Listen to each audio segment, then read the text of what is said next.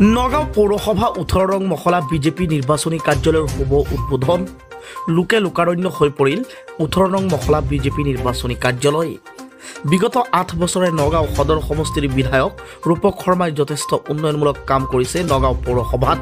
আজি ৰাইজৰ উন্নয়নৰ স্বাৰ্থত স্বতঃস্ফূৰ্তভাৱে ওলাই আহিছে নিৰ্বাচনী কাৰ্যালয় উদ্বোধন অনুষ্ঠানত। আজি বিজেপি নিৰ্বাচনী কাৰ্যালয়ৰ উদ্বোধন কৰে মৃণালিনী ৰয়, নগাঁও জিলা বিজেপি সম্পাদিকা নৱজ্যোতি বৰুৱা, সাধাৰণ সম্পাদক নগাঁও জিলা বিজেপিৰ প্ৰণৱ দাস, জিলা উপসভাপতি জিলা বিজেপি। আজি ১৮ নং মহলাত নিৰ্বাচনী ৰণডংকা বজাই ১৮ নং মহলা আয়ুক্ত সুব্ৰত দত্ত আৰু তুমন চৰকাৰ। জিলা সম্পাদক সুব্ৰত দত্তই সাংবাদিকৰ আগত মন্তব্য কৰে যেন নগাঁও পৌৰসভাত ১৮ নং মহলাত এইবাৰ সৰ্বাধিক ভোট বিজেপিক দিব আৰু সুৰেশ বৰাক জয়ী কৰাব। খুবেই আনন্দ লাগিছে। আগন্তুক দিনত ইলেকশ্যন আৰম্ভ হ'ব আৰু ৰাইজৰ যি উৎসাহ, এই উৎসাহ চাই সঁচাকৈ আমি আনন্দিত হৈছোঁ।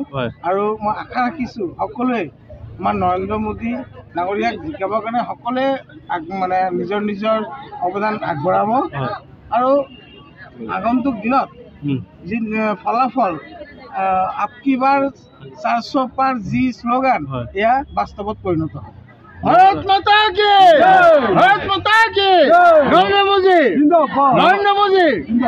নগাঁও পৌৰসভা আপোনাৰ ১৮ মহলাত ইমান ৰাইজ পোনপ্ৰথমে আজি কিন্তু নিৰ্বাচনী কাৰ্যালয়ত উপস্থিত আছে, কি ক'ব? মানে এইটো মানে আমাৰ ৱাৰ্ডৰ এটা বৈশিষ্ট্য।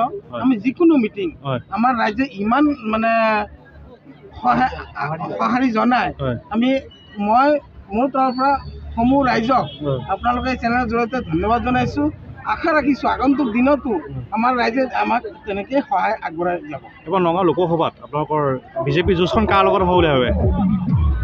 যুঁজটো ধৰক এতিয়া তিনকুণীয়া হৈ আছে যদিও বিজেপি বহুত আগত আছে। আমাৰ যি উন্নয়ন ৰাইজে দেখিছে, এই উন্নয়ন চাই পেলাই ৰাইজে বেলেগ কোনো পাৰ্টিকে ভোট নিদিয়ে।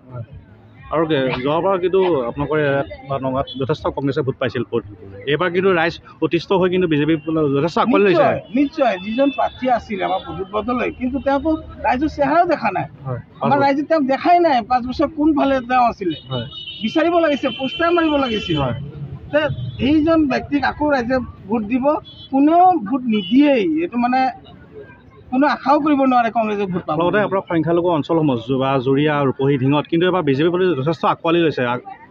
তেখেতসকলেও বুজিছে যে যি আমাৰ স্কিম আহি আছে বা যি উন্নয়ন চাৰিওফালে হৈছে, বিজেপিয়ে কোনো জাত পাত ধৰ্ম এইবিলাক দেখা নাই, চবফালে উন্নয়নৰ যাত্ৰা বোৱাই গৈছে। আৰু লগতে নগাঁও পত্ৰদৰা সমষ্টিত এবাৰ যি ৰূপক শৰ্মা যি উন্নয়নৰ ধাৰা অব্যাহত ৰাখিছে, সেইবাবে নগাঁৱত এবাৰ সৰ্বাধিক ভোট পাব বিজেপি আমি ধাৰণা কৰিছোঁ। নিশ্চয় ৰূপক শৰ্মা ডাঙৰীয়াই নগাঁৱত যেনেধৰণে উন্নয়ন সাধন কৰিছে, বটদ্ৰৱা সমষ্টি এবাৰ সোমাইছে, তেওঁ মানে চাৰ্জ পায়েই অলৰেডি উন্নয়নৰ যাত্ৰা আৰম্ভ কৰিলেই।